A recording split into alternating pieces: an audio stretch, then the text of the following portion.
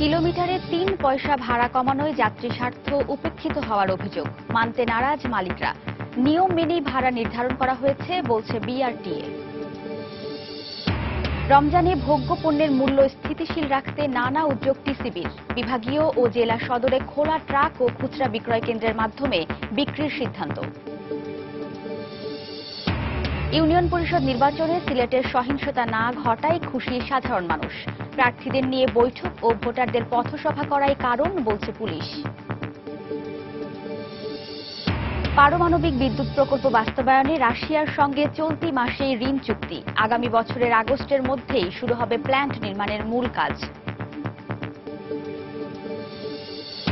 এবং রাজধানীতে স্ত্রীকে নিতে এসে শ্বশুর বাড়ির লোকজনের মারধরে একজনের নিহত। জড়িত অভিযোগে ৩ জনকে আটক করেছে পুলিশ।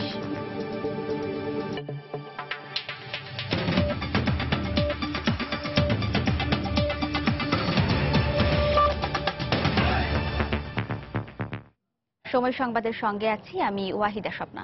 প্রতি কিলোমিটারে মাত্র ৩ পয়সা ভাড়া কমানোয় যাত্রীর স্বার্থ উপেক্ষিত হয়েছে বলে মনে করছেন সাধারণ যাত্রীরা। তাদের আশঙ্কা, সামান্য পরিমাণে কমানো এই ভাড়া খুব একটা কার্যকর হবে না। তবে বাস মালিকরা বলছেন, ভাড়া কমানোর ফলে উল্টো লোকসানের মুখে পড়বেন তারা। আর বিআরটিএ বলছে, প্রচলিত নিয়ম মেনেই ভাড়া নির্ধারণ করা হয়েছে।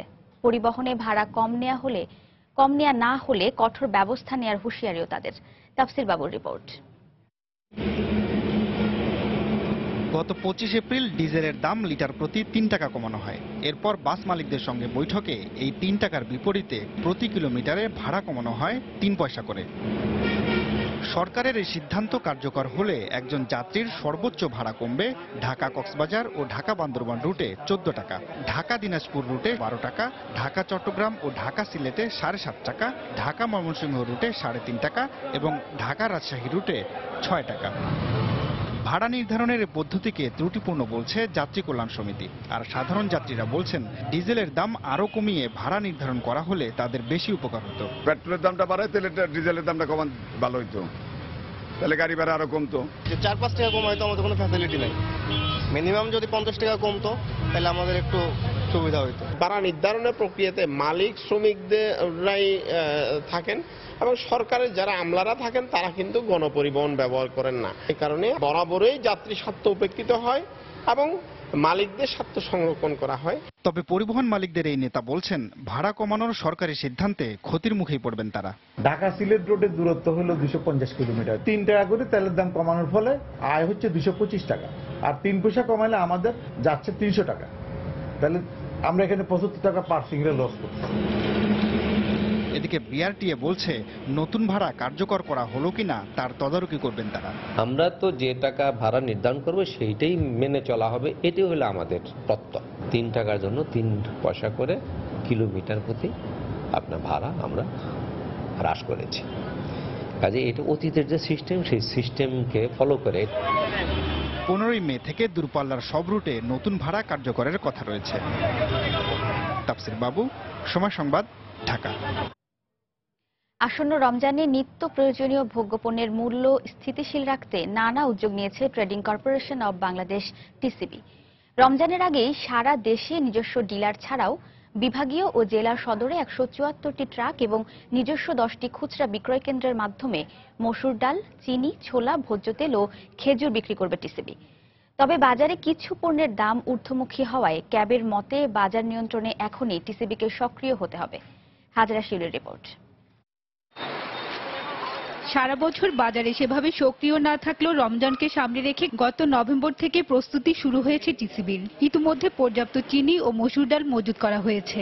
ভোজ্য তেল ও খেজুর কেনার প্রক্রিয়াও সম্পন্ন বলে জানানো হয় প্রতিষ্ঠানটির পক্ষ থেকে। সারা দেশে নিয়োজিত ডিলারদের পাশাপাশি ভ্রাম্যমাণ ট্রাকের মাধ্যমে ও খুচরা বিক্রয় কেন্দ্রে বাজার দরের চেয়ে কম দামে রমজানের এই 5টি অপরিহার্য পণ্য বিক্রি করবে টিসিবি। তবে এখনো পণ্যের মূল্য নির্ধারণ করা হয়নি। আমরা ইতিমধ্যে মসুর ডাল এবং চিনির মজুত করে তুলেছি। স্থানীয় বাজার থেকে ভোজ্য তেল সংগ্রহ করব, আর ছোলাটা মাসের মাঝামাঝিতে আমাদের গোদামে চলে আসবে। স্থানীয় বাজার থেকে আমরা খেজুরটা সংগ্রহ করে ডিলারদের মাধ্যমে দিব। সারা দেশে আমাদের 2952 জন ডিলার আছে। ডিলারের মাধ্যমে এবং 174টি খোলা ট্রাক ও 10টি নিজস্ব খুচরা বিক্রয় কেন্দ্রের মাধ্যমে আমাদের এই পণ্য বিক্রি করব। শেষ রমজান পর্যন্ত আমাদের পণ্য বিক্রয় কার্যক্রমটা চলমান থাকবে। ভোক্তা অধিকার সংগঠন ক্যাবের মতে কৌশল পরিবর্তন করে ব্যবসায়ীরা আগেভাগেই কিছু পণ্যের দাম বাড়িয়ে দিচ্ছে, তাই দেরি না করে খুব দ্রুত টিসিবিকে সক্রিয় হতে হবে। যেহেতু সরকারের চাপে থাকে ব্যবসায়ীরা, তারা রোজার সময় মূল্যটা আর বৃদ্ধি না করে সম্ভবত স্ট্র্যাটেজি চেঞ্জ করে আগেই দাম বাড়ানোর প্রচেষ্টা নিয়েছে। কয়েকটা পণ্যের যেগুলির মূল্য রোজার সময় খুব বাড়ে, চাহিদার বা রোজার সময় বাড়ে একটু ঊর্ধ্বমুখী আমরা মনে করি। তা হলো টিসিবি যে মজুদ গড়ে তুলেছে সেই মজুদটা নিয়ে বাজারের যে ইন্টারভেনশন, যে বাজারে যে হস্তক্ষেপ, তা একটু আগে করতে হবে। টিসিবির পণ্য খোলা বাজারে বিক্রি রোধে মাঠ পর্যায়ে স্থানীয় প্রশাসনকে নজরদারি পরামর্শ দিয়েছেন বাজার বিশ্লেষকরা। এছাড়া শুধু রমজানের আগে নয়, বাজার নিয়ন্ত্রণে টিসিবিকে সারা বছরই বাণিজ্যিক ভিত্তিতে পরিচালনার আহ্বান জানিয়েছেন সংশ্লিষ্টরা। হাজারের শিউলি, সময় সংবাদ, ঢাকা। ইউনিয়ন পরিষদ নির্বাচনে সারা দেশে এ পর্যন্ত অর্ধ শতাধিক মানুষ প্রাণ হারালেও সিলেটে উল্লেখ করার মতো সহিংসতার ঘটনা ঘটেনি। বিএনপি নেতারা বলছেন, প্রশাসনের নিরপেক্ষতার জন্য সরকারি দল প্রভাব বিস্তার করতে পারেনি। তবে আওয়ামী লীগ নেতাদের দাবি, নির্বাচন যাতে প্রশ্নবিদ্ধ না হয় সেজন্য নেতাকর্মীদের নির্দেশনা দেওয়া হয়। অবশ্য পুলিশ বলছে, প্রার্থীদের নিয়ে বৈঠক ও ভোটারদের নিয়ে পথসভা করায় সহিংসতা এড়ানো সম্ভব হয়েছে। নৌশাদ আহমদ চৌধুরীর তোলা ছবিতে বিস্তারিত জানাচ্ছেন আব্দুল আহাদ। 2011 সালের ইউনিয়ন পরিষদ নির্বাচনে সারা দেশে 11 জন মারা গেলেও এবার সব রেকর্ড ছাড়িয়ে গেছে। 6 ধাপের নির্বাচনের চতুর্থ দফা পর্যন্ত প্রাণ হারিয়েছে অর্ধ শতাধিকের বেশি। কিন্তু সিলেট তার ব্যতিক্রম। এখানে উল্লেখ করার মতো সহিংসতার ঘটনাও ঘটেনি। আওয়ামী লীগের বিদ্রোহী প্রার্থীদের মতে নৌকা প্রতীকের বিজয় নিশ্চিত করতে দলের নেতারা প্রভাব বিস্তারের চেষ্টা করেননি। আর বিএনপির বিজয়ী চেয়ারম্যান বলছেন, আইনশৃঙ্খলা বাহিনীর কঠোর অবস্থানে থাকায় অনিয়ম হয়নি। আওয়ামী লীগের নেতৃবৃন্দরা যারা আছেন, বিশেষ করে তারা চেয়েছেন জনগণ, যে ইউনিয়নের জনগণ যাকে ভোট দিয়ে পাশ করবে সে পাশ হবে। প্রশাসন যদি ভূমিকা না রাখতো তাহলে অনেক গন্ডগোল হতো, অনেক মারামারি হতো। জেলা বিএনপির এ নেতার মতে, সম্প্রতি প্রশাসনের নিরপেক্ষতা ও গণমাধ্যমের কার্যকর ভূমিকার কারণে সুষ্ঠু নির্বাচন সম্ভব হয়েছে। আর আওয়ামী লীগের এ নেতার দাবি, নির্বাচন যাতে প্রশ্নবিদ্ধ না হয় সে ব্যাপারে নেতাকর্মীদের নির্দেশনা দেওয়া হয়। ইলেকট্রনিক্স মিডিয়া অত্যন্ত সক্রিয় ছিলেন, যার কারণে দুষ্কৃতিকারীরা তেমন কোনো ভূমিকা রাখতে পারে। আগামী নির্বাচনেও অত্যন্ত সুষ্ঠুভাবেই হবে, এটা আমরা দৃঢ়ভাবে বিশ্বাস করি। কারণ আমাদের ইনস্ট্রাকশন আছে যে কোনো অবস্থাতেই কোনো সহিংসতায় অংশগ্রহণ করা যাবে না। আর সিলেট পুলিশ সুপারের মতে, প্রার্থীদের সাথে বৈঠকের পাশাপাশি কেন্দ্রে ফলাফল ঘোষণার বিষয়টি নিশ্চিত করায় কোনো সংঘর্ষের ঘটনা ঘটেনি। আমরা প্রত্যেকটা নির্বাচনী এলাকার যে বড় বড় বাজার, সেইখানে আমরা পথসভা করেছি। আর সবচেয়ে বড় প্রভাব আমি বলবো, কোন রাজনৈতিক দল বা কারো থেকে এরকম কোনো অনৈতিক প্রস্তাব বা প্রভাব আমরা পাইনি, যে কারণে আমরাও খুব স্বাধীনভাবে কাজ করতে পারছি। চতুর্থ দফা ইউনিয়ন নির্বাচনে সিলেটের 3 উপজেলার 24টি ইউনিয়নে বিএনপির 9 জন, স্বতন্ত্র 8 জন ও আওয়ামী লীগের 7 জন প্রার্থী চেয়ারম্যান নির্বাচিত হয়েছেন। আব্দুল আহাদ, সময় সংবাদ, সিলেট। চতুর্থ পর্বের ইউনিয়ন পরিষদ নির্বাচন পরবর্তী সহিংসতায় গতকালও 2 জনের মৃত্যু হয়েছে। এছাড়া নড়াইল ও যশোর সহ বিভিন্ন স্থানে নির্বাচন পরবর্তী সহিংসতায় আহত হয়েছেন অন্তত 45 জন। এদিকে ভোট না দেওয়ার অভিযোগে নরসিংদী ও ব্রাহ্মণবাড়িয়ায় বাড়ি ঘরে ভাঙচুর চালিয়ে লুটপাট করা হয়। এই ঘটনায় এখনও অভিযুক্তদের গ্রেফতার না করায় পুরো এলাকায় আতঙ্ক বিরাজ করছে। আমাদের রিপোর্টার ও জেলা প্রতিনিধিদের পাঠানো তথ্য ও ছবি নিয়ে ডেস্ক রিপোর্ট। পুলিশ জানায়, ভোট না দেওয়ার অভিযোগ এনে রোববার দুপুরে নরসিংদীর রায়পুরা উপজেলার বীরগাঁও গ্রামের 2টি বসতঘরে আগুন দেয় নীলক্ষা ইউনিয়নের এক চেয়ারম্যান প্রার্থীর সমর্থকরা। খবর পেয়ে প্রতিপক্ষের বাড়িঘরে হামলা চালায় চেয়ারম্যান প্রার্থী তাজুল ইসলামের লোকজন। এ সময় অন্তত 25টি বসতঘরে অগ্নিসংযোগ করা হয়। হামলায় আহত 30 জনকে উদ্ধার করে জেলার বিভিন্ন হাসপাতালে ভর্তি করা হয়। এদিকে রোববার ভোরে ব্রাহ্মণবাড়িয়ার বিজয়নগর উপজেলার আইডল গ্রামের দাসপাড়ায় হামলা চালায় ইছাপুর ইউনিয়নের পরাজিত এক প্রার্থীর সমর্থকরা। এ সময় হিন্দু সম্প্রদায়ের ৩৫টি বাড়িঘরে ভাঙচুর চালায়। এছাড়া কয়েকজনকে পিটিয়ে আহত করা হয়। পরে হামলাকারীরা তাদের বাড়িঘরে থাকা মালামাল লুটে নেয়। ভুক্তভোগীদের অভিযোগ, শনিবার অনুষ্ঠিত নির্বাচনে ভোট না দেওয়ার অভিযোগ তুলে এই হামলা চালানো হয়েছে।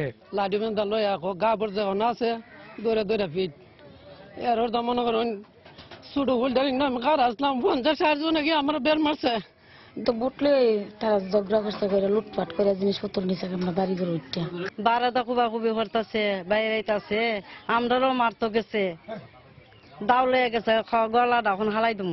খবর পেয়ে ঘটনাস্থল পরিদর্শন করেন বিজয়নগর থানার ওসি ও উপজেলা পূজা উদযাপন পরিষদের নেতৃবৃন্দ। এ সময় পুলিশের পক্ষ থেকে হামলায় জড়িতদের বিরুদ্ধে কঠোর পদক্ষেপ নেওয়ার কথা জানানো হয়। দিনে রাতে 24 ঘন্টা তারা থাকবে, তাদের কোনো রকমের কোনো সমস্যা হবে না। যার আইনগত যে ব্যবস্থা নেওয়ার, সে এখানে যত বড় হোক না কেন, যে দলেরই থাকুক না কেন, আমি তাদের বিরুদ্ধে কঠিন আইনগত ব্যবস্থা গ্রহণ করব। অন্যদিকে নির্বাচন পরবর্তী সহিংসতায় শনিবার রাতে ঠাকুরগাঁওয়ের বালিয়াডাঙ্গি ও গাইবান্ধার সাদুল্লাপুরে 2 জন নিহত হয়েছেন। এছাড়া যশোর ও কুড়িগ্রাম সহ বিভিন্ন স্থানে ইউনিয়ন পরিষদ নির্বাচন পরবর্তী সহিংসতায় অন্তত 50 জন আহত হয়েছেন। মনিরুজ্জামান প্রান্ত, সময় সংবাদ। সময় সংবাদে আরো থাকছে। কথা মতো কাজ করতে না পারায় গাইবান্ধায় গরম পানিতে চুবিয়ে এক গৃহকর্মীকে অমানসিক নির্যাতন, যন্ত্রণায় কাতরাচ্ছে হাসপাতালে। এবং ফেসবুকের মাধ্যমে সরকারি ও বেসরকারি দপ্তরের নাগরিক সুবিধা পাচ্ছেন বরিশালের মানুষ, ধারণাটি সারা দেশে বাস্তবায়নের চিন্তা ভাবনা।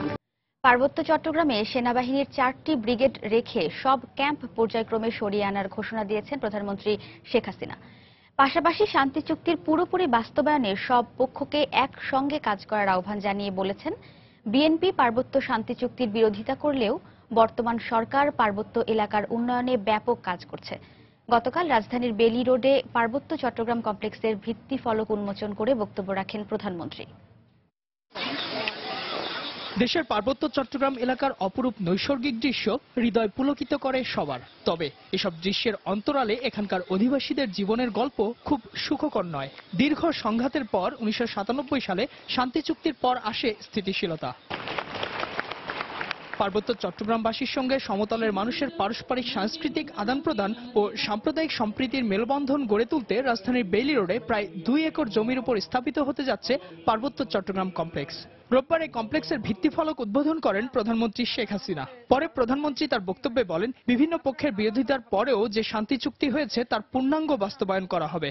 শান্তি চুক্তির প্রায় অধিকাংশ ধারা কিন্তু আমরা বাস্তবায়ন করেছি, যেটা হচ্ছে ভূমি সংস্কার কমিশন গঠন করা হচ্ছে বারবার, কিন্তু এই কমিশনের কাজটা খুব ঠিকমতো এগোচ্ছে না, সেখানে একটু দ্বিধাদ্বন্দ্ব রয়েছে। আমি এখানে সত্যবাবু আছেন, সবাইকে বলবো যে 2 পক্ষই বসে সেটা ঠিক করতে হবে। 97 সালের 2রা ডিসেম্বর শান্তি চুক্তি করি, বিএনপির পক্ষ থেকে হরতাল ডাকা হয়, আহ্বান করা কেউ যেন অস্ত্র সমর্পণ না করে, যার বক্তব্যই ছিল যে শান্তি চুক্তি হলে ফেনী থেকে পার্বত্য চট্টগ্রাম এই জায়গা ভারতের হয়ে যাবে।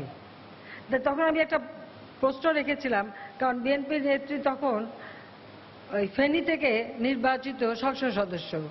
তাই আমি বললাম যে ফেনী পর্যন্ত যদি ভারত হয়ে যায় ভালোই তো, আপনি তাহলে ভারতের পার্লামেন্টে যে ওখানকার সদস্য হবেন, তখন আর বাংলাদেশে থাকবেন না। তা আপনি কি সেটাই নিচ্ছেন? কারণ ভারতে তার জন্মভূমি। অনুষ্ঠানে পার্বত্য এলাকা থেকে পর্যায়ক্রমে সেনাবাহিনী প্রত্যাহারের ঘোষণা দেন প্রধানমন্ত্রী। সামান্য কিছু আছে, 4টা জায়গায় 4টা থাকবে, ব্রিগেড থাকবে, তাছাড়া বাকি আমরা তুলে নিয়ে আসবো। এবং সেজন্য সেই লক্ষ্য নিয়ে আমরা রামুতে একটা সেনা নিবাস করে দিয়েছি। সেভাবে আমরা কিন্তু ওই অঞ্চলে আমাদের শান্তি চুক্তি বাস্তবায়নের কাজ আমরা এগিয়ে নিয়ে যাচ্ছি। যেটুকু বাকি আছে ইনশাল্লাহ সেটুকু আমরা করে ফেলে দেব। পার্বত্য চট্টগ্রাম বিষয়ক মন্ত্রণালয়ের অধীনে 106 কোটি টাকা ব্যয়ে নির্মিতব্য এই কমপ্লেক্সের কাজ 2018 সালের জুন মাসের মধ্যে শেষ করার তাগিদ দিয়েছেন প্রধানমন্ত্রী। নিজেদের মেইন স্ট্রিমে না নিয়ে ইজাজ শৌমিক, সময় সংবাদ, ঢাকা। সংবিধানের ষোড়শ সংশোধনী বাতিলের রায়ের ফলে সংসদ এবং বিচার বিভাগের মধ্যে সংকটের কোনো আশঙ্কা দেখছেন না আইনমন্ত্রী অ্যাডভোকেট আনিসুল হক। তার মতে, রায়ের প্রতিক্রিয়ায় ওই দিন সংসদে যে আলোচনা হয়েছে তা আবেগের বহিঃপ্রকাশ। এদিকে ষোড়শ সংশোধনী বাতিলের রায় স্থগিত চেয়ে সুপ্রিম কোর্টে আবেদন করেছে রাষ্ট্রপক্ষ। আজ এই আবেদনের শুনানির কথা রয়েছে। গত বৃহস্পতিবার সংবিধানের ষোড়শ সংশোধনী অবৈধ ঘোষণা করে রায় দেন উচ্চ আদালত। ওই দিন সংসদে হাইকোর্টের রায়ের বিষয়ে ক্ষুব্ধ প্রতিক্রিয়া জানান মন্ত্রী এবং সংসদ সদস্যরা। এই রায় সংবিধান পরিপন্থী। এই রায় দেওয়ার এখতিয়ার কিন্তু সুপ্রিম কোর্টের নাই। এমন প্রতিক্রিয়ায় প্রশ্ন ওঠে সংসদ এবং বিচার বিভাগ মুখোমুখি কিনা। রোববার আইনমন্ত্রী জানালেন সংসদের ওই আলোচনা আবেগের বহিঃপ্রকাশ। সংসদ এবং বিচার বিভাগের মধ্যে সংকটের সম্ভাবনাও নাকচ করেন তিনি। এই সব বক্তব্যে যদি কেউ বলে যে দুই আইনসভা এবং বিচার বিভাগ মুখোমুখি, আমি সেটা গ্রহণ করতে রাজি না। এই রায় হওয়ার পরে আবেগের কিছু প্রকাশ সেটা সংসদের ভিতরে হয়েছে। এদিকে সংবিধানের ষোড়শ সংশোধনী বাতিলের বৈধতা চ্যালেঞ্জ করে সুপ্রিম কোর্টে আবেদন করেছে রাষ্ট্রপক্ষ। অ্যাটর্নি জেনারেল মাহবুবে আলম জানান, এই রায়ের ফলে সৃষ্ট শূন্যতা কাটাতেই হাইকোর্টের রায় স্থগিত চেয়েছেন তারা। রায়ের বৈধতা চ্যালেঞ্জ করে আপিল বিভাগে প্রভিশনাল লিভ পিটিশন ফাইল করেছি এবং এই রায়ের কার্যকারিতা স্থগিতের জন্য আবেদন করেছি। এটা অবৈধ ঘোষণার পরিপ্রেক্ষিতে আমাদের মতে একটা ভ্যাকুম, একটা শূন্যতা সৃষ্টি হয়েছে। কাজেই এই শূন্যতাটা যাতে না থাকে এই জন্যই আমরা স্থগিতাদেশ চেয়েছি। সোমবার দুপুরে সুপ্রিম কোর্টের চেম্বার আদালতে এই আবেদনের উপর শুনানি হতে পারে বলেও জানিয়েছে রাষ্ট্রপক্ষ। আফজাল হোসেন, সময় সংবাদ, ঢাকা। ৭১ মানবতা বিরোধী অপরাধে মৃত্যুদণ্ডপ্রাপ্ত জামায়াত নেতা মতিউর রহমান নিজামীকে গাজীপুরের কাশিমপুর কারাগার থেকে ঢাকা কেন্দ্রীয় কারাগারে নিয়ে আসা হয়েছে। গতরাত 10:30টার দিকে কাশিমপুর কারাগার থেকে সাদা একটি মাইক্রোবাসে করে নিজামীকে নিয়ে ঢাকায় রওনা দেয় পুলিশ। রাত 11:50 তাকে কেন্দ্রীয় কারাগারে নিয়ে আসা হয়। এ সময় কারাগারের চারপাশে নিরাপত্তা জোরদার করা হয়। নিরাপত্তা প্রহরীর পাশাপাশি অতিরিক্ত পুলিশও মোতায়েন করা হয়।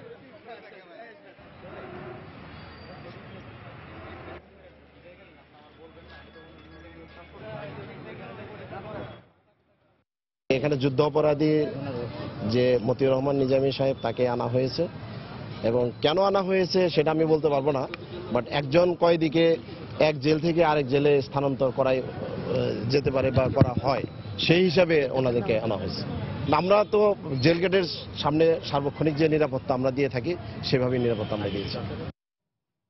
যেসব অপশক্তি দেশের বিরুদ্ধে ষড়যন্ত্র করছে, দেশকে অস্থিতিশীল করতে চায়, তাদের বিরুদ্ধে ঐক্যবদ্ধ প্রতিরোধ গড়ে তুলতে সাধারণ মানুষের প্রতি আহ্বান জানিয়েছেন 14 দলের নেতারা। গতকাল বিকেলে কেন্দ্রীয় শহীদ মিনারে এক সমাবেশে একথা বলেন তারা। এ সময় তারা বলেন, 21 আগস্টের মামলা ও দুর্নীতির মামলাগুলো যখন চূড়ান্ত পর্যায়ে, তখন বিএনপি জামায়াত ষড়যন্ত্র করছে। বিএনপি জামায়াত তারা আজকে দেশটাকে ধ্বংসের ষড়যন্ত্র করছে। জঙ্গিবাদ, সন্ত্রাস এবং সমস্ত হত্যার পিছনে এরা। বেগম খালেদা জিয়া যখন চূড়ান্ত পর্যায়ে তার মামলা আজকে নিষ্পত্তির দিকে এগিয়ে যাচ্ছে, তারেক রহমানের খুনের মামলা, 21 আগস্ট ট্রেনের হত্যা মামলা যখন চূড়ান্ত পর্যায়ে এগিয়ে যাচ্ছে, তখন সজীব ওয়াজেদ জয়ের বিরুদ্ধে ষড়যন্ত্র করছে। বাংলাদেশে যদি শান্তি, উন্নয়ন ও আইনের শাসন প্রতিষ্ঠা করতে হয়, তাহলে যে কোনো মূল্যে জঙ্গিবাদ, জঙ্গি সন্ত্রাসের সকল ঘাঁটি ঘুঁটি ধ্বংস করে দিতে হবে। শুধু শান্তি নয়, অগ্রগতি, প্রগতি এবং দেশকে সামনের দিকে এগিয়ে নেওয়ার জন্য শেখ হাসিনা নিরলস পরিশ্রম করে যাচ্ছেন। আসুন জামাত শিবিরকে এই দেশ থেকে আমরা নির্মূল করি। সজীবের জয়, সোনার ছেলে আছে ডিজিটাল বাংলাদেশের উপকার, সেই জয় এর বিরুদ্ধে জাল করে আছে মনে করেছ তোমার কলঙ্ককে, তোমার দুর্নীতিকে ঢাকতে চাও। আগামী দিন ইনশাল্লাহ 14 নেতা কর্মীরা ঢাকায় পাড়ায় মহল্লায় যাবে, মিটিং মিছিল করবো, আমরা প্রতিরোধ করে তুলবো ইনশাল্লাহ। প্রধানমন্ত্রী শেখ হাসিনার সভাপতিত্বে সচিবালয়ে চলছে মন্ত্রিসভার নিয়মিত সাপ্তাহিক বৈঠক। সকাল 10টায় শুরু হয় এই বৈঠক। এতে যোগ দিয়েছেন অর্থমন্ত্রী আবুল মাল আব্দুল মুহিত, বাণিজ্যমন্ত্রী তোফায়েল আহমেদ, কৃষিমন্ত্রী বেগম মতিয়া চৌধুরী সহ মন্ত্রিসভার সদস্যরা। আজকের বৈঠক শেষে বেশ কিছু গুরুত্বপূর্ণ সিদ্ধান্ত হতে পারে বলে সংশ্লিষ্ট সূত্রে জানা গেছে। বৈঠক শেষে মন্ত্রিপরিষদ সচিব মোহাম্মদ শফিউল আলমের ব্রিফ করার কথা রয়েছে।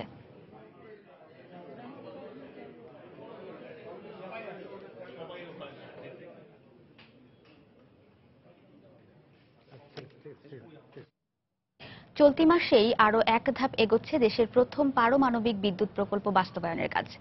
এ মাসেই রাশিয়ার সাথে প্রকল্পটি নির্মাণের ঋণ চুক্তি সম্পন্ন হবে বলে জানিয়েছে সংশ্লিষ্ট মন্ত্রণালয়। আগামী বছর আগস্টের মধ্যে প্ল্যান্ট নির্মাণের মূল কাজ শুরু হবে বলে জানিয়ে কর্তৃপক্ষ বলছে, নির্ধারিত সময়ে স্বল্প মূল্যের বিদ্যুৎ উৎপাদন শুরু হবে প্ল্যান্টটি থেকে। পাবনার রূপপুরের প্রকল্প এলাকা ঘুরে এসে সাইফুল ইসলামের ক্যামেরায় বিস্তারিত জানাচ্ছেন দেবাশিস রায়। পাবনা শহরের অদূরে ঈশ্বরদী উপজেলার রূপপুরের এই মাটিতে ধাপে ধাপে এগিয়ে চলেছে দেশের প্রথম পারমাণবিক বিদ্যুৎ কেন্দ্রের কাজ।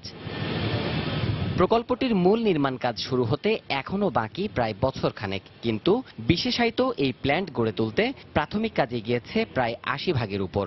তৃতীয় প্রজন্মের অত্যাধুনিক রিঅ্যাক্টর ব্যবহার করে দুটি ইউনিটে ২৪০০ মেগাওয়াট বিদ্যুৎ পেতে ৫ স্তরের নিরাপত্তা ব্যবস্থা নিশ্চিত করার কথা জানিয়েছে রুশ ঠিকাদার প্রতিষ্ঠান অ্যাটম স্ট্র এক্সপোর্ট। সম্প্রতি প্রকল্পটির বর্তমান অবস্থা নিয়ে রূপপুরে অনুষ্ঠিত সভা শেষে স্টিয়ারিং কমিটির সদস্যগণ জানান, নির্ধারিত সময়েই উৎপাদনে আসবে প্ল্যান্টটি।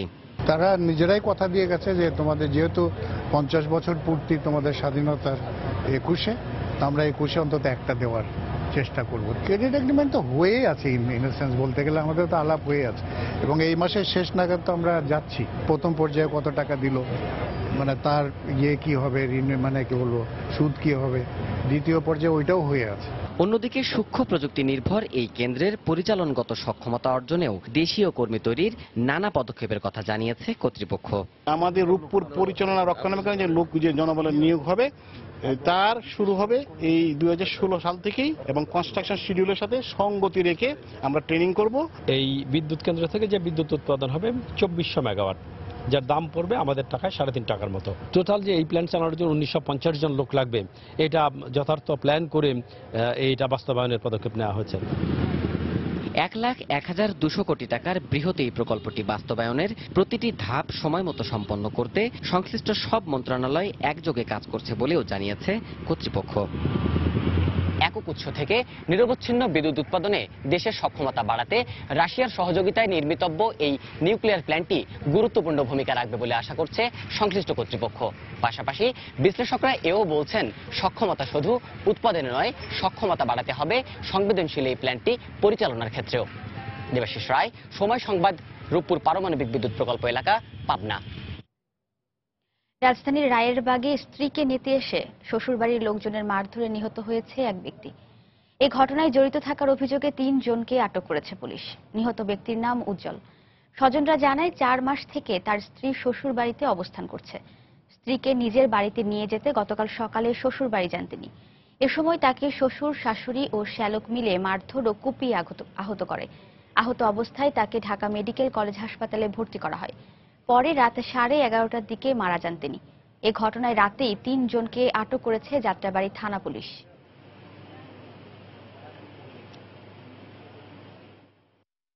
শ্বশুরের সাথে ঝগড়া লাগে, পরে মারা হাতাহাতি হয়। মামি ধরছে, মামির মা ধরছে, আমার মামার শ্বশুর আর শ্বশুর তার শালা গোবাইছে দুজন। বউ নিয়ে গেছিল 4 মাস ধরে, 4 মাস ধরে বউ নিয়েছে, মতন বউ আনতে গেছিল, আনতে গেছে আরেকদিন দেয় নাই, সেদিন তো মারামারি হয়েছে।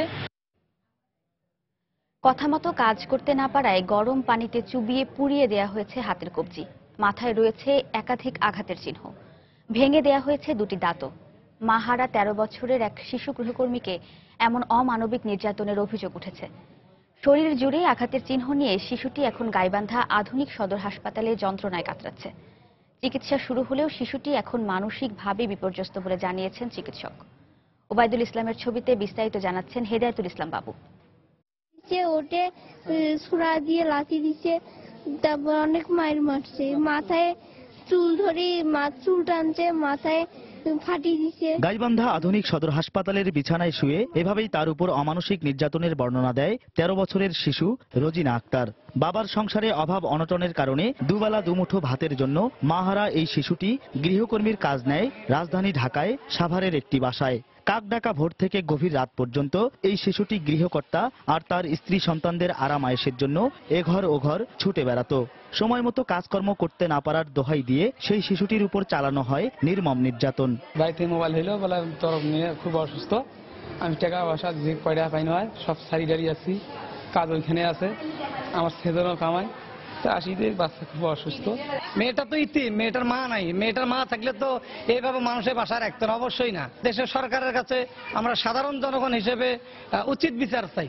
আর হাসপাতালের এই চিকিৎসক বললেন রোজিনা এখন মানসিকভাবে অনেকটা বিপর্যস্ত। পুরো শরীরে বিভিন্ন ধরনের আর কি আঘাতের চিহ্ন আছে। যতটা না ফিজিক্যাল ট্রিটমেন্ট দরকার, এটা মেন্টাল সাপোর্টও ভালো করে দরকার। শনিবার সকালে অসুস্থ অবস্থায় রোজিনাকে সুন্দরগঞ্জের বেকরির চরে বাবার কাছে পাঠিয়ে দেয় শাহনাজ বেগম। প্রায় 8 মাস আগে গাইবান্ধার সুন্দরগঞ্জ শহরের থানাপাড়ার কদর আলী রোজিনাকে গৃহকর্মী হিসেবে ঢাকার সাভারে তার মেয়ে শাহনাজ বেগমের বাসায় পাঠায়। হেদায়েতুল ইসলাম বাবু, সময় সংবাদ, গাইবান্ধা। সময় সংবাদে আরো থাকছে। কয়েক বছর ধরে গ্রীষ্মকালে টমেটো আবাদ করে লাভবান হচ্ছেন দিনাজপুরের কৃষকরা। ফলন ও দাম ভালো পেয়ে খুশি। আধিপত্য বিস্তারকে কেন্দ্র করে রাজধানীর মিরপুরে গতকাল আওয়ামী লীগের 2 গ্রুপের মধ্যে সংঘর্ষে আহত হয়েছেন অন্তত 14 জন। এ ঘটনায় জড়িতদের বিরুদ্ধে ব্যবস্থা নেওয়া হবে বলে জানিয়েছে স্বরাষ্ট্রমন্ত্রী আসাদুজ্জামান খান কামাল। রোববার জামায়াতের হরতালের প্রতিবাদে মিছিল করে মিরপুর থানা আওয়ামী লীগের বিভিন্ন অঙ্গ সংগঠন। প্রত্যক্ষদর্শীরা জানায় বেলা 12টার দিকে একটি মিছিল মিরপুর 1 নম্বর গোল চত্বরে আসলে নেতাকর্মীদের ওপর অতর্কিতে হামলা চালায় আওয়ামী লীগেরই আরেকটি গ্রুপ। দেখলাম এরা এখানে আছে, ওই দিকের থেকে কিছু লোক, অনেক লোকই দরিয়া দিকে আইতে আছে, এরা এই দিকে গেছে। পরে আমরা দোতলা দরিয়া উঠে গিয়ে দেখি জানে অবস্থা উপরে তো নজর করে দেয় যে পুলিশে পরে এগুলো এইদিকে ঠেলে আনছে। হরতাল বিরোধী স্লোগান দিতেছিল, পুলিশ ওই দিক থেকে ধাও করছে, ওরা এদিকে ঢুকছে। 2 পক্ষে মানে আওয়ামী লীগের লোকজন ছিল। ওই পাশে প্যান্ডেল করছে তারা, আর এই পাশে তারা প্যান্ডেল করছে। এই নিয়ে গান শুরু হয়েছে, গোলাগুলি শব্দ হয়েছে অনেক, পিটাপিটি মারামারি। এই পাশ থেকে এক গ্রুপ এলো, এনে এক গ্রুপ সমাবেশ করতেছে। পরিস্থিতি নিয়ন্ত্রণে আনতে পুলিশ ফাঁকা গুলি ও লাঠিচার্জ চালায়। 2 গ্রুপের মধ্যে ভুল বোঝাবুঝি থেকেই উত্তেজনার সৃষ্টি হয়েছে বলে জানায় তারা। হরতাল বিরোধী প্রোগ্রামে হয়তো কিছু তাদের ভিতরে কিছু ভুল বোঝাবুঝি হয়েছিল, সেই ভুল বোঝাবুঝি থেকে একটু উত্তেজনা বিরাজ করছিল, সেটা পুলিশ এসে সম্পূর্ণ নিয়ন্ত্রণে নিয়ে নিয়েছে। আহতদের ঢাকা মেডিকেল কলেজ হাসপাতালে নেওয়া হলে একজনকে ভর্তি রেখে 13 জনকে প্রাথমিক চিকিৎসা দিয়ে ছেড়ে দেওয়া হয়। আহতদের সবাই আশঙ্কামুক্ত বলে জানিয়েছে হাসপাতালের পরিচালক। সন্ত্রাসী বাহিনীরা হঠাৎ আমাদের এলোপাতাড়ি এসে আমাদের আক্রমণ করে, এতে আমার থানা ছাত্রলীগের সকলে ইনজুরি হয়। আপাতত নিউরোসার্জারিতে আমরা একজনকে ভর্তি রেখেছি, আর বাকি তাদেরকে অবজারভেশনে রাখা হয়েছে, চিকিৎসা দেওয়া হয়েছে। তো মোটামুটিভাবে সবাই আশঙ্কামুক্ত। এ ঘটনায় জড়িতদের বিরুদ্ধে আইনানুগ ব্যবস্থা নেওয়া হবে বলে জানিয়েছে স্বরাষ্ট্রমন্ত্রী। রাজনৈতিক বিরোধ হতেই পারে, সেই বিরোধ যদি প্রকাশ্যে এই ধরনের হয় সেটা অবশ্যই কেউই বাঞ্ছনীয় নয়। আইন তার নিজস্ব গতিতে চলবে। যারা এই সমস্ত কাজে যোগ দিয়েছেন তারা আইনগতভাবে বিচার হবে। সেই সাথে হামলাকারীদেরকে খুঁজে বের করার চেষ্টাও করা হচ্ছে বলে জানান তিনি। শাফিন জাহিদ, সময় সংবাদ, ঢাকা। এদিকে দীর্ঘ 6 বছর পর অনুষ্ঠিত ফ্রান্স আওয়ামী লীগের সম্মেলন কর্মী সমর্থকদের সংঘর্ষে পণ্ড হয়ে গেছে। রোববার সকাল 11টায় সম্মেলন শুরুর কথা থাকলেও দিনভর রুদ্ধদ্বার বৈঠক ও নানা নাটকীয়তায় তা বিকেল 5টায় শুরু হয়। সম্মেলন শুরুর 20 মিনিটের মধ্যেই কর্মী সমর্থকেরা সংঘর্ষে জড়িয়ে পড়ে। এ সময় ধাওয়া পাল্টা ধাওয়ার ঘটনাও ঘটে। এতে সাংগঠনিক সম্পাদক আকরাম খান, জিটিভির ফ্রান্স প্রতিনিধি নয়ন মামুন সহ অন্তত 10 জন আহত হন। পরে পুলিশের হস্তক্ষেপে পরিস্থিতি নিয়ন্ত্রণে আসে। সংঘর্ষের ঘটনায় 3 জনকে গ্রেফতার করেছে পুলিশ। ফ্রান্স আওয়ামী লীগের কয়েকজন নেতা জানান, নতুন কমিটি ঘোষণা নিয়ে কর্মীদের মধ্যে মতানৈক্য ছিল। তবে সংঘর্ষের জন্য বিএনপি জামায়াতের এজেন্টদের দায়ী করেছেন তারা। পরে সংবাদ সম্মেলনে নতুন কমিটি ঘোষণা করা হয়।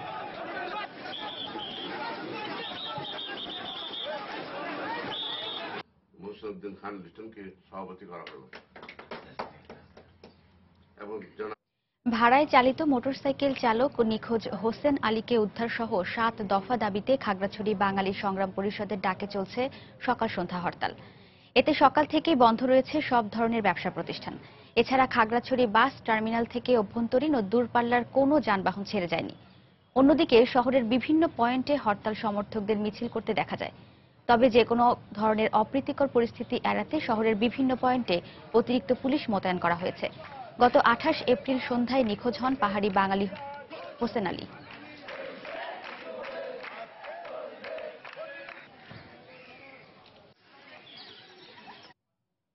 সাতক্ষীরার আশাশুনিতে কপোতাক্ষ নদের বেড়িবাঁধ ভেঙে প্লাবিত হয়েছে 6টি গ্রাম। এতে 1000 পরিবার পানিবন্দী সহ অন্তত 1500 বিঘা চিংড়ির ঘের প্লাবিত হয়েছে। গতকাল ভোরে উপজেলার প্রতাপনগর ইউনিয়নের কোলা গ্রামের ৪ নম্বর পোল্যান্ডের কাছে কপোতাক্ষ নদের প্রায় ২০০ ফুট বেড়িবাঁধ ভেঙে যায়। এতে প্রতাপনগর ইউনিয়নের কোলা হিজলিয়া ও শ্রীউলা ইউনিয়নের মারিয়ালা, হাজরাখালী, লাঙ্গলদারি এবং কালিমাখালী গ্রাম প্লাবিত হয়। লোকালয়ে পানি ঢুকে পড়ায় প্লাবিত হয়েছে বিস্তীর্ণ এলাকার ঘরবাড়ি, ফসলি জমি ও চিংড়ির ঘের। এদিকে ক্ষতিগ্রস্ত বেড়িবাঁধটি দ্রুত সংস্কারের আশ্বাস দিয়েছে পানি উন্নয়ন বোর্ড।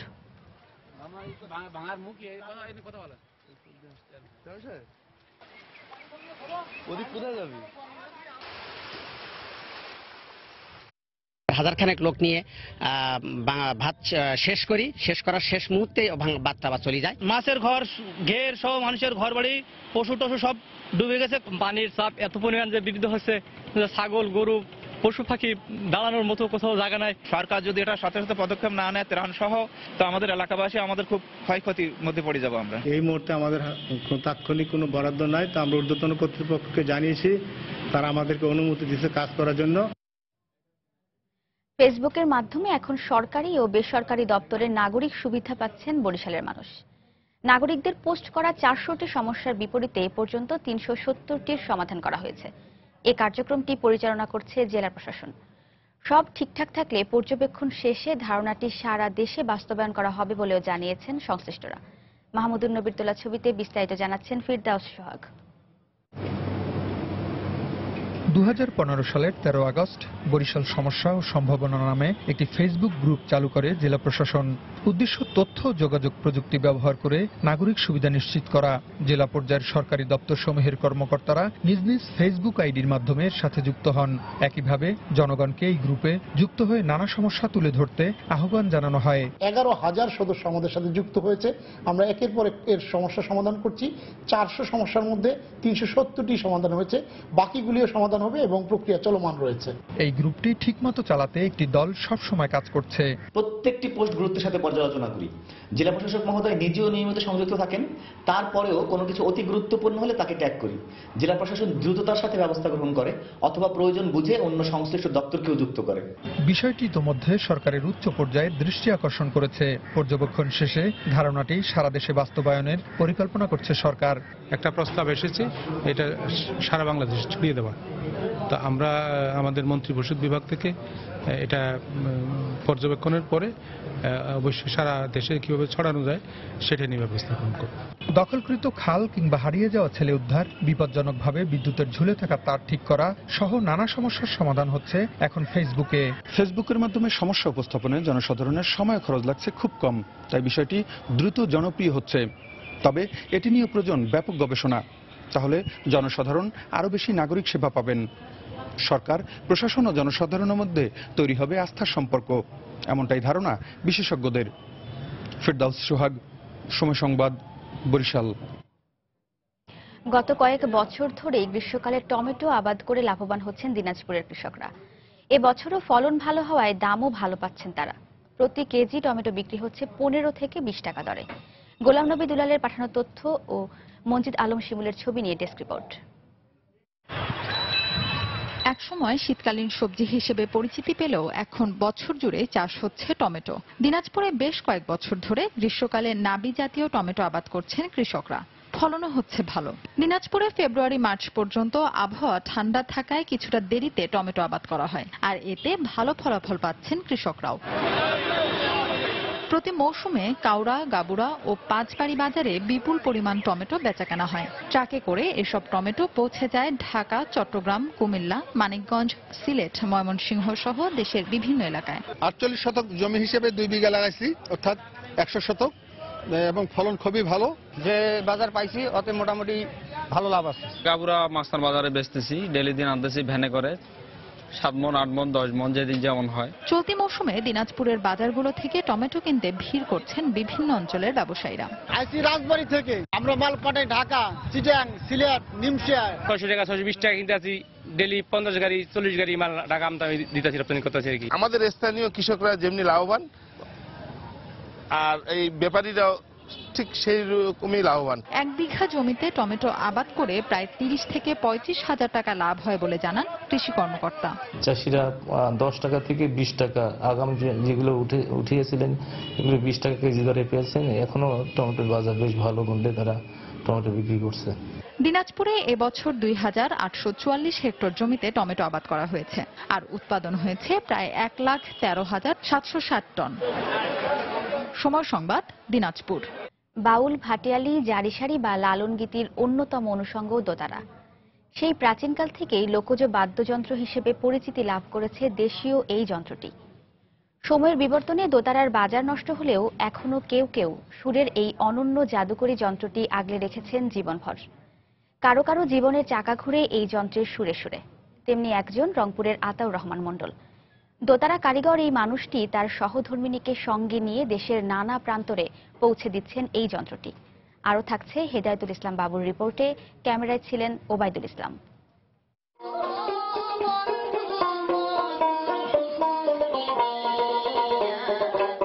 গলায় তার উত্তরের ভাওয়াইয়া, তার কণ্ঠের সুরের মূর্ছনাতেই আতাউরের গড়া দোতারার এক একটা সুর যেন জীবন্ত হয়ে ওঠে।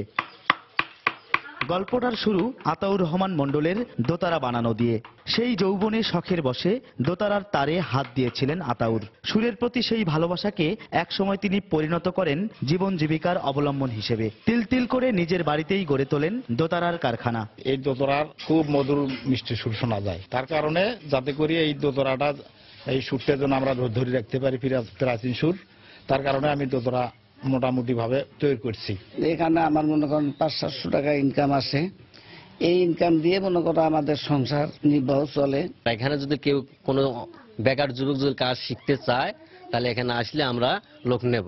আতাউরের স্বপ্ন ও ভালোবাসার কাজটিকে সাহস জুগিয়ে এগিয়ে নিতে কখনো অর্ধাঙ্গিনী হয়ে, আবার কখনো নিজের গলায় সুর তুলে দোতারার মান যাচাইয়ে সহকর্মী হয়ে দিনরাত সহায়তা করছেন চান রুবি বেগম। আমার এই দোতারা দিয়ে আমার ছেলে মেয়ে লেখাপড়া খরচ এবং আমাদের চলাফেরা আগে যা করতে পারতাম এখন আমরা তার ডাবল করতে পারি। আতাউর রহমান মণ্ডলের এই কারখানা থেকে এক মাসে প্রায় ৩০০ দোতারা তৈরি হয়। বিভিন্ন মাপের ও ডিজাইনের এক একটি দোতারার দাম পড়ে ২ থেকে ৫,০০০ টাকা পর্যন্ত। হেদায়েতুল ইসলাম বাবু, সময় সংবাদ, গাইবান্ধা। দেশের বাইরের খবর। আফগানিস্তানের দক্ষিণ পূর্বাঞ্চলীয় গজনি প্রদেশে তেলবাহী একটি ট্যাঙ্কারের সঙ্গে দুটি বাসের সংঘর্ষে নিহতের সংখ্যা বেড়ে দাঁড়িয়েছে ৭৩ জনে। রোববার কান্দাহার কাবুল মহাসড়কে মর্মান্তিক এই দুর্ঘটনা ঘটে। বিবিসি জানায়, সংঘর্ষের পরপরই ট্যাঙ্কারটিতে বিস্ফোরণে ৩টি যানবাহনেই আগুন ধরে যায়। এদিকে আফগানিস্তানের স্বাস্থ্য মন্ত্রণালয়ের বরাত দিয়ে বিবিসি জানায়, দুর্ঘটনায় আহত ৫০ বাস যাত্রীকে গজনি প্রদেশের একটি হাসপাতালে ভর্তি করা হয়েছে। বেপরোয়াভাবে গাড়ি চালানোর কারণে এই দুর্ঘটনা ঘটেছে বলে জানিয়েছে গজনি প্রদেশের ট্রাফিক বিভাগ।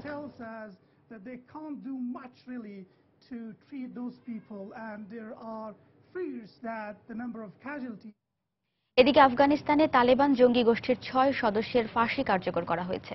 সরকারের গুরুত্বপূর্ণ ব্যক্তিদের হত্যার অপরাধে তাদের ফাঁসি দেওয়া হয়েছে বলে জানিয়েছে বিবিসি। এদিকে আফগানিস্তানের প্রেসিডেন্ট দপ্তর জানায়, ফাঁসির দণ্ডপ্রাপ্ত ব্যক্তিরা বেসামরিক ব্যক্তিদের হত্যা এবং সরকারি নিরাপত্তা বিঘ্নিত করার অপরাধে দোষী সাব্যস্ত হয়েছিল। ২০১৪ সালে প্রেসিডেন্ট আশরাফ ঘানি ক্ষমতা গ্রহণের পর এই প্রথম ৬ জনের ফাঁসি কার্যকর করা হলো।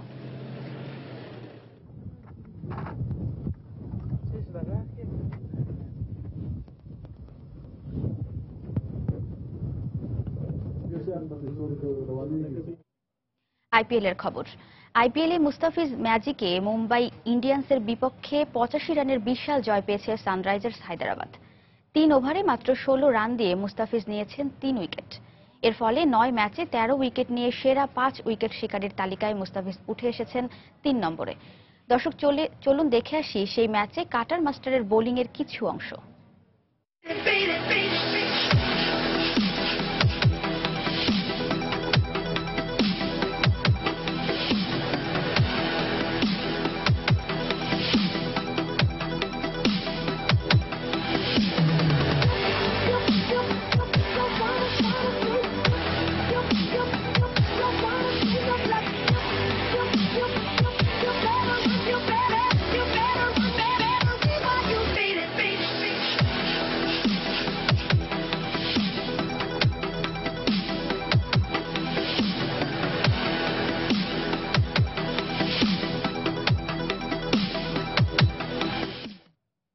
ক্লাব কাপ হকির খবর। শিরোপা ধরে রাখার মিশনে আজ আবাহনী লিমিটেডের বিপক্ষে লড়বে ডিফেন্ডিং চ্যাম্পিয়ন উষা ক্রীড়া চক্র। টুর্নামেন্টে সর্বোচ্চ 4 বারের চ্যাম্পিয়ন উষাকে রুখে দিতেই মাঠে নামতে চায় আবাহনী। অন্যদিকে ফাইনালে আকাশী নীলদের থেকে নিজেদের ফেভারিট ভাবছে উষা। মাওলানা ভাসানী হকি স্টেডিয়ামে 2 দলের ম্যাচটি মাঠে গড়াবে বিকেল 3টায়। ক্লাব কাপ ফাইনালের পুনর্মঞ্চায়নী হচ্ছে এবার। এই নিয়ে টানা 3 বার ফাইনালে প্রিয় প্রতিপক্ষ আবাহনীকে পেল উষা। 4 বারের চ্যাম্পিয়ন উষার কাছে গেল 2 বারই হারের লজ্জা পেয়েছে আকাশী নীলরা। তবে এবার প্রেক্ষাপটটা ভিন্ন। মূল মঞ্চ রাঙাতে 2 দলেই ভরপুর বিদেশি রিক্রুট। উষার 4 জনই মালয়েশিয়ান, এদিকে পাকিস্তানি খেলোয়াড় নিয়ে গড়া আবাহনীর পোক্ত একাদশ। আবাহনীর পাকিস্তানি খেলোয়াড়রা জ্বলে না উঠলেও জয়ের ধারা অব্যাহত রেখেছে অসীম গোপের দল। গোল পেয়ে ছন্দে আছেন আরসাদ, রুম্মান ও শাফকাত রাসুল। আবাহনীর বড় শক্তির জায়গা জাতীয় দলের গোলরক্ষক অসীম গোপ। নির্ভরতার প্রতীক অসীম বরাবরই নিজের জাত চিনিয়ে যাচ্ছেন। ফাইনালে নিজেদের সামর্থ্যের সবটুকু উজাড় করে দিতে চান আবাহনী অধিনায়ক। ডু অর ডাই ম্যাচ, মরো নাইলে মারো। আর কি ফাইনাল নিয়ে অনেক চিন্তা করতেছি, আমরা ভালো কিছু করার চেষ্টা করব। অবশ্যই ফাইনাল ম্যাচ আমরা আবাহনীর সম্মান রাখার চেষ্টা করব। এদিকে ভিন্ন স্ট্র্যাটেজি নিয়ে মাঠে নামার পরিকল্পনা আটছে উষা ক্রীড়া চক্র। মাঝমাঠ থেকে আক্রমণ শানাতে চায় ডিফেন্ডিং চ্যাম্পিয়নরা, যার আক্রমণে নেতৃত্ব দেবেন জাতীয় দলের অধিনায়ক কৃষ্ণ। গেল কয়েক ম্যাচে এই ফরমেশনে সফলতা পেয়েছে উষা। সবার পারফরম্যান্স সব প্রতিদিন একরকম যায় না। ফরওয়ার্ডের ক্ষেত্রে এটাই যে দেখা যাচ্ছে যে পুরো ম্যাচ খেলতে পারলো না কিন্তু স্কোর করলো। তো সবাই এটাই আশা করে অফিসিয়াল কোচ যে ফরওয়ার্ড স্কোর করবে এবং সে সেটাই করে দেখাবে। 2002 সালে মোহামেডানের কাছে হেরে হ্যাট্রিক শিরোপা জেতা হয়নি উষার। এবার কি সেই আফসোস মিটবে, নাকি উষার এমন সাধে বাধা হয়ে দাঁড়াবে 4 বারের runners up Abahani limited? Rahid Roni, Somoy Sangbad, Dhaka. এ পর্যায়ে শীর্ষ সংবাদ জানিয়ে দিচ্ছি আরেকবার। কিলোমিটারে 3 পয়সা ভাড়া কমানোয় যাত্রী স্বার্থ উপেক্ষিত হওয়ার অভিযোগ মানতে নারাজ মালিকরা। নিয়ম মেনেই ভাড়া নির্ধারণ করা হয়েছে বলছে বিআরটিএ। রমজানে ভোগ্যপণ্যের মূল্য স্থিতিশীল রাখতে নানা উদ্যোগ টিসিবির। বিভাগীয় ও জেলা সদরে খোলা ট্রাক ও খুচরা বিক্রয় কেন্দ্রের মাধ্যমে বিক্রির সিদ্ধান্ত। ইউনিয়ন পরিষদ নির্বাচনে সিলেটে সহিংসতা না ঘটায় খুশি সাধারণ মানুষ। প্রার্থীদের নিয়ে বৈঠক ও ভোটারদের পথসভা করাই কারণ বলছে পুলিশ। পারমাণবিক বিদ্যুৎ প্রকল্প বাস্তবায়নে রাশিয়ার সঙ্গে চলতি মাসে ঋণ চুক্তি। আগামী বছরের আগস্টের মধ্যেই শুরু হবে প্ল্যান্ট নির্মাণের মূল কাজ। এবং রাজধানীতে স্ত্রীকে নিতে এসে শ্বশুর বাড়ির লোকজনের মারধরে একজন নিহত। জড়িত অভিযোগে 3 জনকে আটক করেছে পুলিশ। এই ছিল এখনকার মতো। যে কোনো খবর পেতে ভিজিট করুন সময়নিউজ.টিভি। যে কোনো বাংলা লিংক, রবি ও সিটিসেল নম্বর থেকে সময় সংবাদের খবর, অনুষ্ঠান সম্পর্কে জানতে এবং যে কোনো তথ্য সময় সংবাদকে জানাতে ডায়াল করুন 16242 নম্বরে। এছাড়া এইমাত্র পাওয়া খবর আপনার মোবাইলে পেতে SMS করুন *SN লিখে পাঠিয়ে দিন 16242 নম্বরে। আর সঙ্গেই থাকুন সময়ের।